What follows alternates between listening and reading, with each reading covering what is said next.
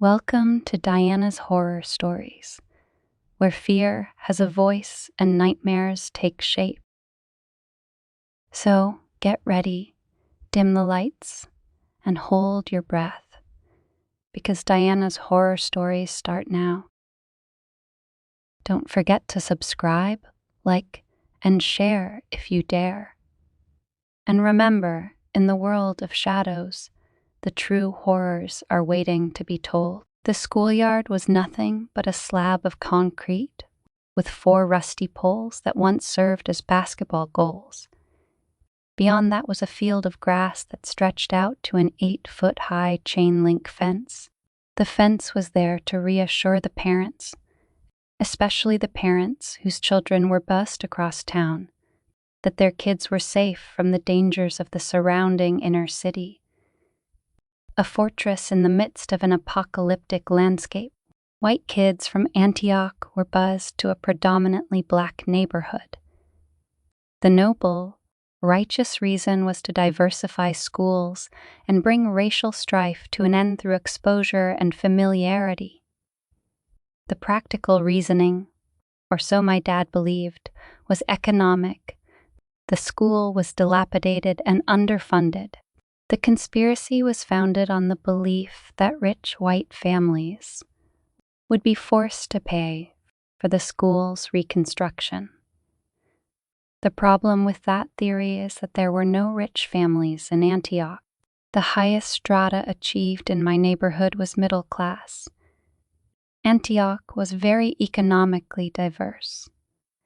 There were kids that had everything they needed, and other kids who struggled to make it look like they owned more than 2 pairs of blue jeans. All these kids lived together in one place. There was one particular street that represented the quintessential category of those living without. It was a dead-end street that abruptly stopped at the edge of the forest. It wasn't circular, so you could turn your car around.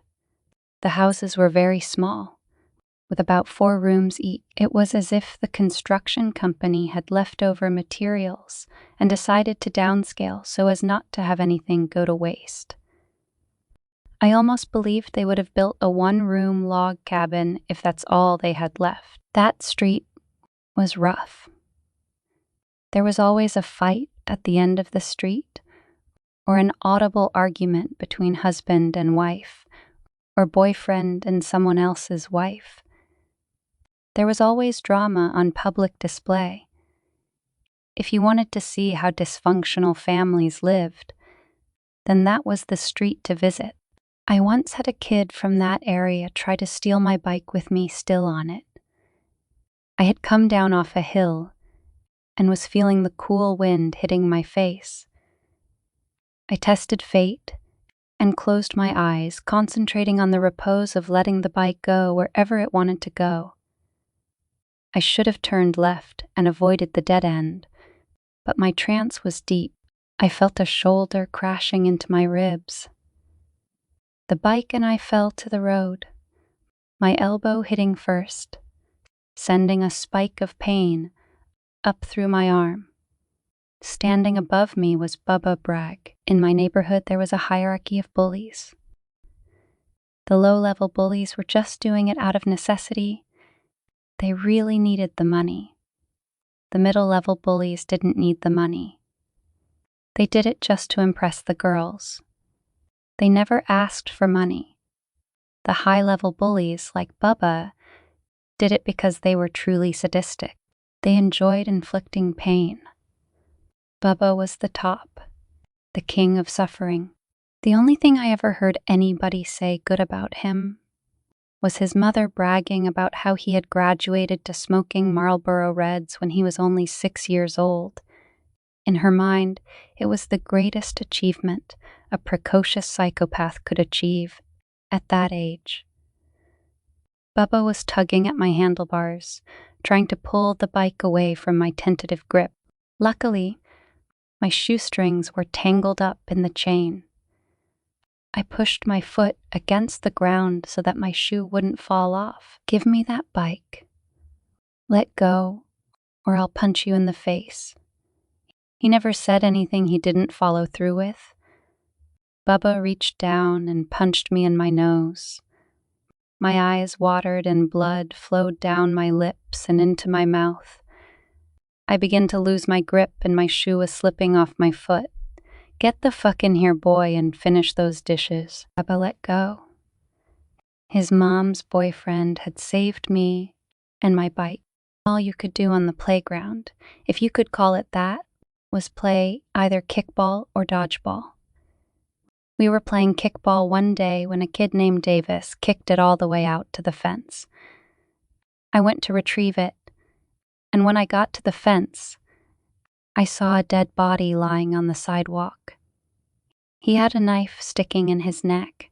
I was frozen in awe and fear. I could hear everyone yelling at me to throw the ball, their demands getting more frustrated the more I ignored them. Bubba had been smoking cigarettes with Stanley in the corner of the yard. Even though they were from 2 different parts of the city and of different races, they had a lot in common. In most ways, the busing failed to bridge the gap between black and white. Most white kids hung out with other white kids, and most black kids did the same. But there were some friendships forged. I know it sounds ignorant, but I realized that everyone is basically the same. I mean, the same cast of characters exists across every culture. You have good folks, weird folks, and assholes. Bubba and Stanley signified a victory for racial harmony, but unfortunately, through the worst possible characters. "What are you looking at, dumbass?" Stanley inquired. I pointed to the dead body. "Oh shit," exclaimed Bubba. By that time, all the kids had run over to see what was happening. Everyone gasped and one girl yelled, "Go tell Miss Gentry." "Is that the knife?" my friend Mike asked. "Yep, from what I've heard of it," answered Davis. Bubba flicked his cigarette, walked forward, and grasped the fence. He was mesmerized by the body, or at least I thought so. "What about the knife?" he asked. "White folks brought it. Put it in our neighborhood back in the 30s or something. It belonged to a killer they put in our neighborhood to terrorize black folks. A white serial killer." "Oh, come on, Davis. Quit hating on white people. That's crazy," I heard someone say. "I'm not crazy. The serial killer died and left us, but that knife keeps showing up." Bubba started climbing the fence. "What are you doing, Bubba?" "Shut up, Stanley. I want that knife." Usually, Stanley agreed with everything Bubba did, but on this occasion, he was a little hesitant. "That knife is cursed, and aren't we messing with a crime scene or something?" Davis interjected. "Let him have it. It belongs to white people anyway. Let him take it back to his neighborhood where it belongs." I found myself worrying and believing what Davis was saying. "No, leave it, Bubba. It belongs here," I blurted out in fear. I immediately felt guilty and reworded my statement. "I mean, let the police deal with it." Bubba disregarded the reasonable pleas and jumped from the top of the fence to the ground. He grabbed the knife and pulled it out. I expected blood to flow out, but there was nothing but a trickle. This dude has been dead a while, and he's been stabbed all over. Bubba knelt down and cleaned the knife off against the uncut grass. He held it up to his face and investigated every aspect of it, twirling it around as if he was holding a diamond. The knife had a long, rusty, blood-covered blade. The blade stood in stark contrast to the elaborate pearl handle. The hilt and the cap at the end of the handle looked like silver with interior swirling rainbows. Bubba climbed back over the fence and approached Kathy, a girl that lived on his street. "Put this in your backpack." "I don't have my backpack. It's in class." "All right, I'll sneak the knife in, but I need you to carry it home in your backpack." "I don't want that in my backpack." Bubba walked over to Kathy and pushed her to the ground. "Where is your backpack? What does it look like?" he said as he waved the knife in front of her face. "It's the purple M's Pac-Man bag." "What's going on over there?" The teachers had finally realized that something was amiss. As Mr. Adams approached, we all instinctively pointed to the body. "Shit." 2 weeks later, on an early Saturday morning, the rays of the sun peeking above the horizon, I was riding my bike through the neighborhood. I went down my favorite hill, but this time with every intention of turning left and avoiding the dead end. My bike was moving fast. Pedaling was useless. So I coasted to the bottom of the hill, believing I could make the turn without pressing the brakes. I imagined myself leaning deep, my knee hovering an inch above the road, like those racing motorcyclists. As I went into the turn, leaning my bike to the left, and more than an inch from the ground, I heard a scream. I pushed back on the pedals, coming to a hard stop and knocking myself off the bike. The scream was coming from Bubba's house. His mom had run out into the yard, yelling that her son had gone crazy. Bubba ran out after her and pushed her to the ground. He climbed on her back and started stabbing her.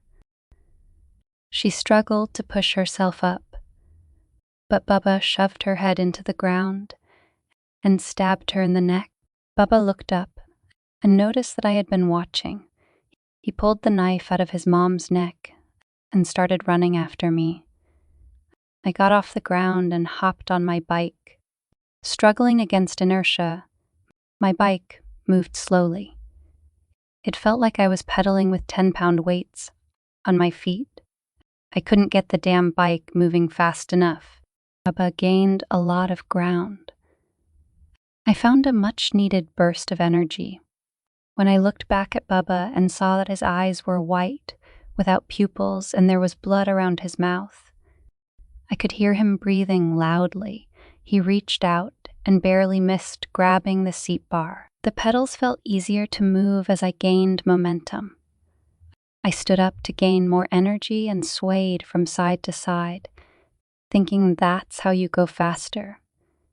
I put a little more distance between him and me, but I had a problem. I had 2 ways to go, but either way involved me pedaling up a hill. I wasn't fat, but I was no athlete. The first hill was less steep and closer. The other hill was on down the street, but far steeper and more difficult to climb. I usually couldn't even make it up the hill. I would have to get off my bike and walk it the rest of the way, but that's the hill I chose. It would give me more time to pedal on a flat street with no ascent. "Is he dead?" I asked. "No, he's all right. He just passed out." "Call an ambulance. Where do you live, boy?" "Hurry up, go damn it." "I don't live far, but how about I knock on someone's door?" I didn't need to because by that time the noise had awakened the entire neighborhood. They were slowly coming out of their houses, sleepy-eyed, curious zombies. I looked around for the knife. I didn't see it at first, but then there was a glint of light from the lawn behind Bubba's body. I casually walked over and picked up the knife. I got on my bike and rode up the small. I went as fast as I could to get to Mill Creek, convinced that the longer I had the knife in my possession, the more likely I would be possessed. When I got to the bridge, I didn't hesitate. I threw the knife into the creek, done with it forever, or at least I thought. 30 years later, I was shopping at Sunflower Grocery Store. I had bought a sandwich and large soda from the deli. It was a hot, sweltering day, so it didn't want to wait for later. It didn't take me long to finish off the soda, the loud slurping sound signifying that there was no more left. I walked over to the dumpster to throw the cup away. There was a horrible smell, but I just figured it was the contents of the dumpster. The smell became worse as I approached, like a dead animal. It made me gag. Behind the dumpster, I saw a pair of feet. I walked behind the dumpster to get a better look. There was a dead man with a knife in his chest. I couldn't see the blade, but the handle was pearl white accented with a shiny silver hilt and cap. I called the police. The detective that interviewed me seemed familiar. I asked him his first name. He told me his name was Davis. I told him that I thought we knew each other. Yeah, I remember now. We went to school together. He responded. Wow, sorry we had to reunite under these circumstances. Well, it only gets worse, I explained. Have you seen the weapon? What? Yeah, of course I have. What's so special about it? A knife, just like any other. And then he stopped and seemed to be seeing something in his head, remembering something from his past. Damn, I knew I should have never moved to Antioch. I forgot all about that knife.